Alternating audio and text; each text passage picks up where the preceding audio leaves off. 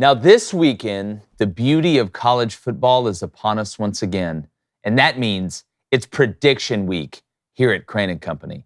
Now, we're going to predict a Power 5 conference each weekday. And today, we will start with the ACC. Now, this year, don't forget, the ACC does not have divisions, and they've adopted the 3-5-5 scheduling format, which means each team has 3 annual rivals they will play every year, and the other 10 teams will be rotating on an every other year basis. And in my opinion, it's the best way to try and schedule fairly. There's no perfect way, but this is about as close as it's going to get. Now, after going through the schedule grid and putting together the puzzle pieces, my 2 representatives in the ACC championship game won't surprise you, but I do believe there will be some chaos at the end. Now, I have Clemson going through the regular season undefeated and matching up with 10-2 Florida State, who will lose to Clemson on the road in the regular season and week 1 to LSU. Now, I do believe in Cade Klubnik, and I love the offseason hire of offensive coordinator Garrett Riley. And getting the Noles at home during the regular season will make a huge difference. But the chaos comes in during the ACC championship game.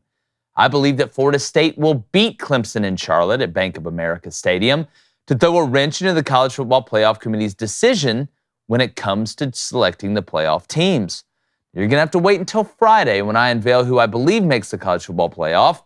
But depending on what happens around the country, the ACC could possibly be left out of the playoff under this scenario. Now, there's also another double-digit regular season game winner swimming around the ACC, in my opinion, and that's North Carolina. Don't be shocked to see them go 10-2. And there are a couple other sneaky teams that aren't getting much preseason love either. So without further ado, let's get to the predictions. It's go time. I'm tired of playing games. It's go time, baby. I'm going to bring in former Michigan quarterback David Cohn, former Western State Colorado wide receiver Blaine Crane. Guys, no divisions in the ACC. Yep. Okay? I know we all looked through it, which, like I said, I love the scheduling format. But when you have no divisions, that can create some interesting scenarios at the end. The tiebreakers really come into effect a lot more than, oh, well, you won the Coastal. Oh, you won this division. Now it can get a little wonky at the end. Yeah, it can. Bring yours up. I want to see it. Yeah, let's go ahead and bring them up. Let's get into it. Here's what I got. Like I said, I got Clemson going 12-0 during the regular season. 12-0. All right, I believe in the wide receiver group this year. You look at Antonio Williams, who balled out as a freshman. You look at Bo Collins. You look at Adam Randall. I like what they have at the tight end position. I think the offensive line is going to be good enough. And then you look at running back. You got Will Shipley, Haru the Great White Ninja. Okay, and then you have Phil Maffa, 2 backs that I really believe in. And then defensively, I'm not worried about Clemson on defense. I know they lost Breesy, but they're an SEC defense when it comes down to it. I do want to say this before we get too far. Make sure you're subscribed on YouTube. We're live on X right now. Go ahead and throw your questions in underneath the X Twitter post, whatever you want to call it. I'm not getting into that great debate. Twitter. And we'll answer those live as well. So I got Clemson, 12-0, 8-0 in the conference. I got FSU 10-2 overall, 7-1 in the conference. Their only ACC loss at Clemson. Then North Carolina, I got them going 10-2 in the regular season, and they lose their last 2 ACC games. Okay, so they lose to at Clemson and at NC State. I got it. That's right, I said it. Then, now the way we did this was conference record usurps overall record.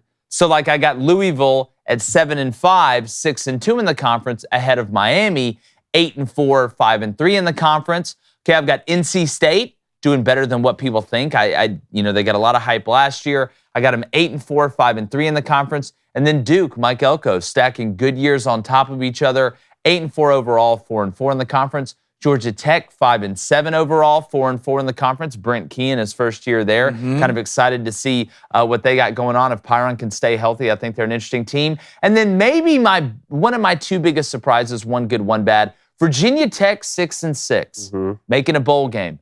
I don't love the Brent Pry hire, but I look at the schedule. I think Grant Wells eventually is going to grow up Peter Pan. He's turned it over a lot, but we've seen, his talent on display when he's cooking. I know they don't have a ton of weapons around him, but I got them 6-6, 3-5 in the conference. Then Syracuse making a bowl game, 6-6, 2-6 in the conference. Wake Forest taking a step back, 5-7, 2-6 in the conference. Boston College, Jeff Hafley, over that 5.5 win mark. Give me 6-6, 2-6 in the conference. And then probably my biggest negative surprise, Pitt. I don't believe in Yurkovich, man. I just don't. They lost a lot. 3-9 overall, 1-7 in the conference. And I'm sorry, Tony Elliott. Virginia, 2-10, 1-7 overall in the conference. And if anybody has any questions, okay, I got all the wins and losses written down in my little book of exploration and friendship. All right, in the ACC right here. So we can go back and look at it and really crunch the numbers. But guys, I'm not a chalk guy. I look at the bye weeks. I look at the short weeks. I like where I'm at right now. I like it too. All right, bring mine up. I want chaos at the top of this. God. I want David. absolute chaos. Some men And just boys, wanna with see no the world divisions, there really could be. So I have Clemson going 10-2 and 7-1 in the conference. I have them losing to Notre Dame. Okay. All right. And on the road at Miami. At home. You got them losing at home to Notre Dame. Yes, but on the road at Miami. Okay. Florida State, I agree with you. I think they dropped the opener to LSU, and then they lose on the road to Clemson, and then North Carolina, the same thing. I have all three of these teams losing an out-of-conference game, and then one game within the conference. So North Carolina lose the opener to South Carolina, and then also on the road at Clemson. But North Carolina and Florida State don't play each other. Yeah. So that's where things get really weird. But they both play Clemson on the road. And I think they dropped that game, and you were talking about the tiebreakers, gets really weird in the ACC. And in this scenario right here, I still have Florida State and Clemson playing for the conference championship. And if that happens, I agree with you. I'm going to side with you that Florida State would win a rematch, but they lose the regular season game on the road at Clemson. But like I said, the tiebreakers here, so the teams with the two best winning percentage play in the conference championship. In the case of a two-team tie for second, the second best winning percentage, the first then moves to head-to-head competition. But Which like they I don't said, play in this head-to-head. period, they don't play That's right. head-to-head. So with the winner of that game, if there is no head-to-head competition, the next determinant is winning percentage against all common opponents. Then it moves to a win percentage against common opponents with the added caveat of order of finish within the conference, beginning with the highest seeded common opponents and moving downward in order of the standings. So it really gets convoluted. At what pretty point do they quickly. Friday Night Lights and you just meet at a Just at a flip a random coin. gas Hey, station? there's a Waffle House across the street. Let's go. flip a coin and really figure it out. So I have 7-5 with Louisville, same as you, and then 5-3. Miami 8-4, 5-3 within the conference, and then Syracuse, Pitt, NC State, Wake Forest, and Duke, I all have going bowling here, and Virginia Tech. So 7-5. Virginia Tech, what was interesting is their over-under win total for the season was 5.5. I have them overperforming that at 7-5 based on the schedule, but finishing 3-5 in the conference. Duke is one of the ones that's interesting to me because their schedule is so much tougher than last season. Mike Elko, I thought, really overperformed last year. I think he has Duke headed in the right direction on the football field, but the schedule's so much more difficult. I have them winning that final game. Who does Duke play last? Hold on one second. That final game against Pitt at home to be bowl eligible. And then Wake Forest is another one of the ones that was so tough for me to That was a schedule out tough this one. year because they haven't missed a bowl game since Dave Clawson's first 2 years there. I think that was 2016, something like that. The schedule gets tougher for them as well, but I still have them going 6-6 and going bowling. And then the bottom of the division kind of plays out the same. Did you have Virginia Tech beating Purdue week 2? I have Virginia Tech beating Old Dominion, losing to Purdue, beating Rutgers, beating Marshall, beating Pitt, losing to Florida State, beating Wake and Syracuse, and then dropping their last. Here are the losses I have for Virginia Tech: Pitt, Florida State, Louisville, Boston College, and NC State. So I do have them beating Purdue, but I have Syracuse losing to Purdue. So interesting that Purdue, 2 of their first 3 games are against ACC teams. I like it, Dave. I like Chaos. it. Well, I like fine. it. I like it. Yours was great as well. I know everybody doesn't have time to always brew their coffee. Okay, it's 2023. Science and technology's caught up. And when you don't always have time, you need to check out Black Rifle Coffee's ready-to-drink cans. Now, you got the brew over there. Check that bad boy out too. But if you're having a running up-tempo offense, maybe you're Josh Heupel, maybe you're Oklahoma right now and trying to go fast. Hey, let's get to the line. Let's snap it. The ready-to-drink cans are perfect for you. They have enough caffeine. They've got great flavors: vanilla bomb, salted caramel, mocha, vanilla caramel. If you need anything other than that, you need to get your taste buds removed. They're a veteran-founded coffee company that's operated by principled men and women who honor those who protect, defend, and support our country. David, what do you got over there? Blackbeard's Delight. That's right. That's Blackbeard. Surprise. Ship. And the Headless Horseman's Roast. Pumpkin spice flavor. That's a hell of a spectrum. Headless Ichabod Horseman Crane all the right way to the pirate ship. What do you got? Battleship. Gunship. Gunship. I'm like Tyrese Gibson from Transformers, AC 130 above. That's exactly right. You don't hear it until you're dead. Save money and drink America's coffee. Go to blackriflecoffee.com. Use our promo code BOOSTER, BOOSTER, at checkout for 10% off your one-time purchase, our first coffee club order. That's blackriflecoffee.com. Promo code BOOSTER for 10% off. You can also find it in grocery and convenience stores near you, but we all know you want to go to blackriflecoffee.com, all right, and use our promo code. Black Rifle Coffee, America's coffee. Delicious, nutritious, delicious. Go ahead and bring mine up. Let's piss some people off today. Clemson 11-1. Wow. All right? They're losing to Notre Dame. Y'all David, both I have agree them with losing you. to Notre Dame, huh? Let's go. I agree with you. Wow. I think they lose that game against Notre Dame. Florida State 9-3. All right. Is that a letdown this year for Florida State? Maybe. So who do you got them Who are losing? the You got them losses? losing to LSU, Clemson. LSU, Clemson, and Pitt. No. Okay. Narduzzi and the boys. No way. Hey, the Cap. week after, who does Florida State have?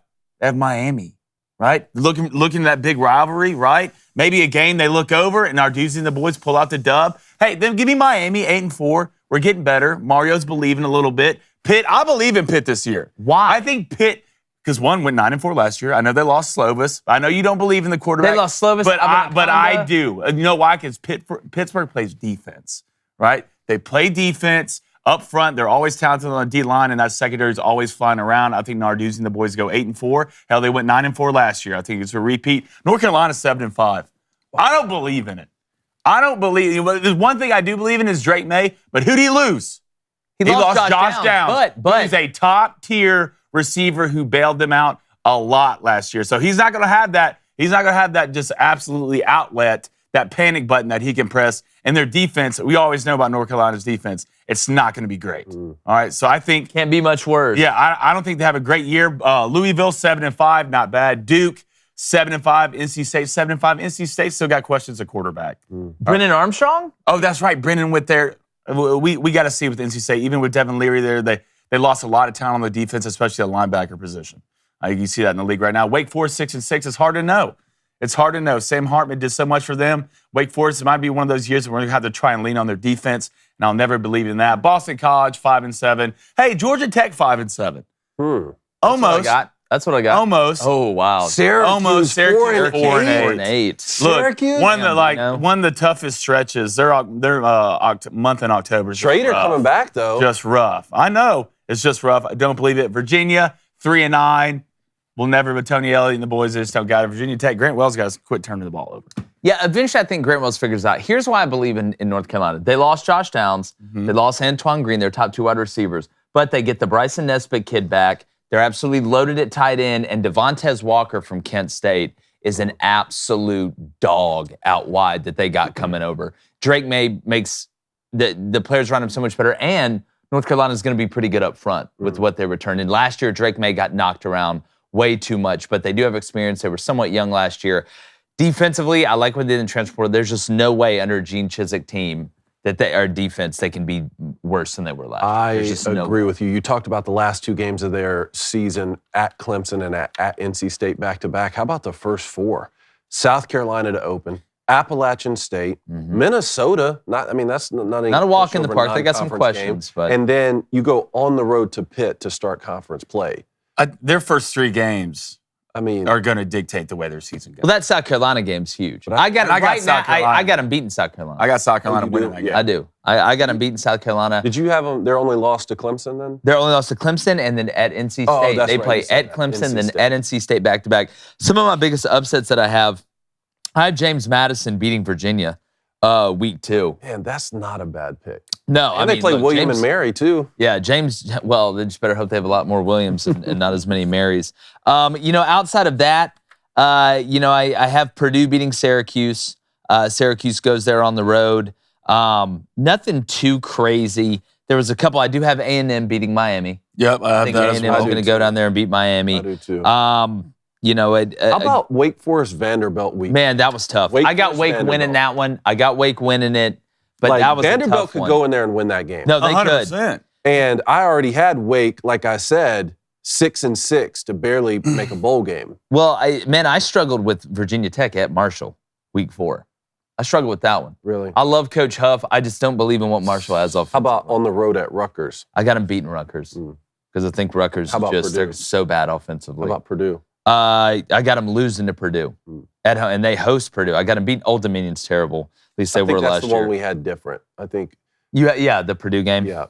But no, outside of that, man, I think it should be a hell of a year. I will say my coach of the year, obviously Clemson goes 12-0 in the regular season. Dabo. Sweety's going to win it. My player of the year, Jordan Travis, Okay. quarterback at Florida State. I know a lot of people say, 10-2, North Carolina. Drake May's probably going to win it again. I think Drake's going to have a great year, but I just feel like Jordan Travis is going to ball, man. I'll take Mike Norvell, coach of the year at Florida State, coming through after being on the hot seat 2 years ago, really coming through with double-digit wins last year. I think they have another great season. Mike Norvell, and then I'll take Drake May to win Player of the Year back-to-back seasons. Give me Dabo and give me Will Shipley. Will Shipley. Wow, Will Player of the Shipley. Year. Wow. Player of the Year, the ACC.